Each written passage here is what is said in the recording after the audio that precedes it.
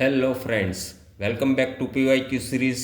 मैं केयूर दावड़ा आप सभी का हमारे यूट्यूब चैनल में स्वागत करता हूँ। लास्ट लेक्चर में हमने 3D जियोमेट्री में 2 क्वेश्चन सॉल्व किए थे और आज हम एक और क्वेश्चन सॉल्व करने जा रहे हैं। सबसे पहले मैं आपको बता दूं फ्रेंड्स, इस PYQ सीरीज़ में हम सभी चैप्टर्स के PYQ सॉल्व करने वाले हैं और हमने ऑलरेडी एक चैप्टर वेक्टर अलजेब्रा ख़त्म भी कर दिया है और दूसरा चैप्टर हमने 3 डायमेंशनल ज्योमेट्री स्टार्ट किया है। राइट, अगर आपने वेक्टर अलजेब्रा के क्वेश्चंस अभी तक सॉल्व नहीं किए हैं, वीडियो नहीं देखा है, तो प्लेलिस्ट में जाकर आप चेक भी कर सकते हो और वीडियो देख भी सकते हो। अगर वीडियो अच्छा लगे फ्रेंड्स तो लाइक करें और चैनल को सब्सक्राइब भी करें। तो स्टार्ट करते हैं आज का क्वेश्चन, जो कि बहुत ही इम्पोर्टेंट क्वेश्चन है फ्रेंड्स और जेईई मेन 2021 का एक न्यूमेरिकल क्वेश्चन है। राइट, चलो। If the shortest distance between two lines is 9, then we need to find value of alpha.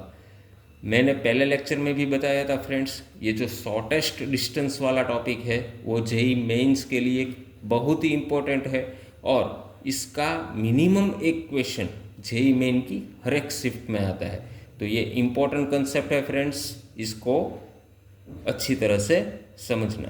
Right, तो शॉर्टेस्ट डिस्टेंस फाइंड करने के लिए फ्रेंड्स पहले तो हमें ये लाइंस को आइडेंटिफाई करना होगा। ये 2 लाइंस जो गिवन है क्वेश्चन में वो पैरेलल लाइन है या स्क्यू लाइंस है, तो ये हमें सबसे पहले आइडेंटिफाई करना होगा। तो 2 लाइंस आइडेंटिफाई करने के लिए हम क्या करेंगे, दोनों लाइंस की डायरेक्शन हम पहले निकालेंगे। तो पहली जो लाइन गिवन है, अब दोनों लाइंस हमें वेक्टर फॉर्म में गिवन है, तो पहली लाइंस की डायरेक्शन हम निकालेंगे और इसको बोलेंगे वेक्टर V1। तो ये लाइन की डायरेक्शन क्या है फ्रेंड्स, 1 - 2 + 2। राइट, ये डायरेक्शन हो गई हमारी पहली लाइन की। और इसी तरह से दूसरी लाइन की डायरेक्शन हमें गिवन है 3 - 2 एंड -2।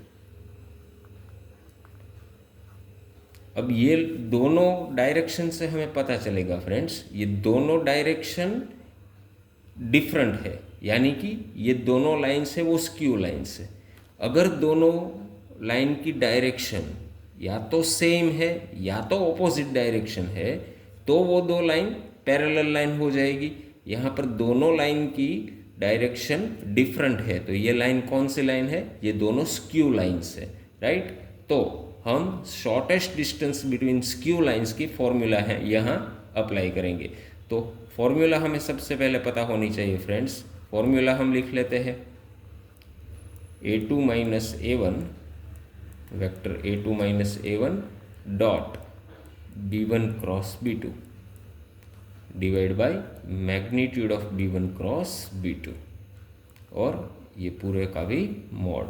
राइट, ये हमारी शॉर्टेस्ट डिस्टेंस की फॉर्मूला है फॉर स्क्यू लाइंस। राइट, तो ये डिस्टेंस निकालने के लिए हमें B1 और B2 चाहिए, जो कि हमने निकाल लिया है।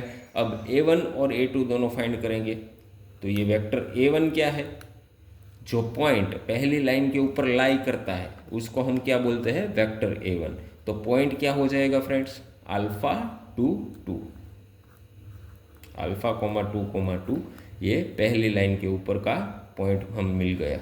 और इसी तरह से वेक्टर A2 यानी कि दूसरी लाइन के ऊपर जो पॉइंट लाई करता है वो, तो ये हमें मिल गया।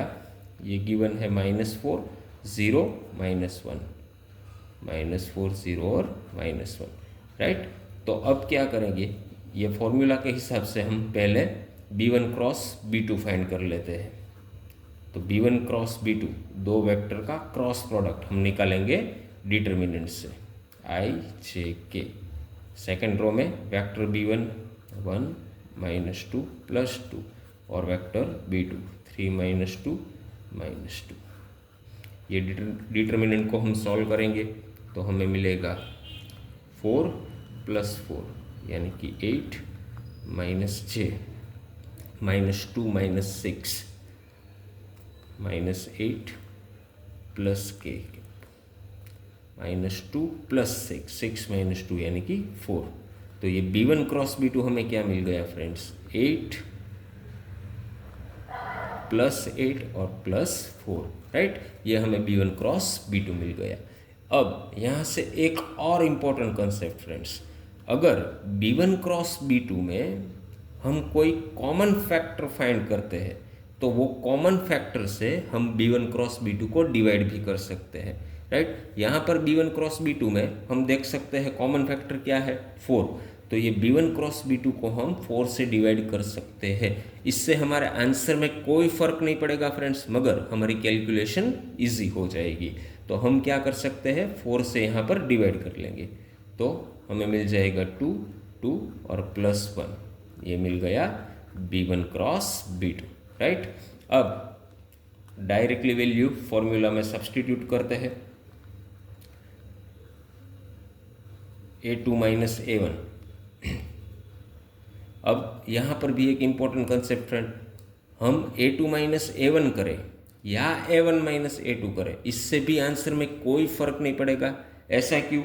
क्योंकि ये जो फॉर्मूला है उसके आगे अल्टीमेटली क्या है, मोड है। तो हम A1 माइनस A2 भी कर सकते हैं और A2 माइनस A1 भी कर सकते हैं, राइट। तो हम यहाँ पर करेंगे अल्फ़ा माइनस -4 यानी कि अल्फ़ा +4, 2 माइनस 0, 2 माइनस -1 यानी कि 3 डॉट B1 क्रॉस B2 हमें मिल गया 2, 2, 1 और divide by magnitude of B1 cross B2। तो इसका मैग्नीट्यूड क्या मिल जाएगा, √4 + 4 + 1। और इसकी वैल्यू हमें क्वेश्चन में गिवन है, शॉर्टेस्ट डिस्टेंस क्या है, +9, राइट। अब इसको हम सॉल्व करेंगे तो ये दोनों वेक्टर का डॉट प्रोडक्ट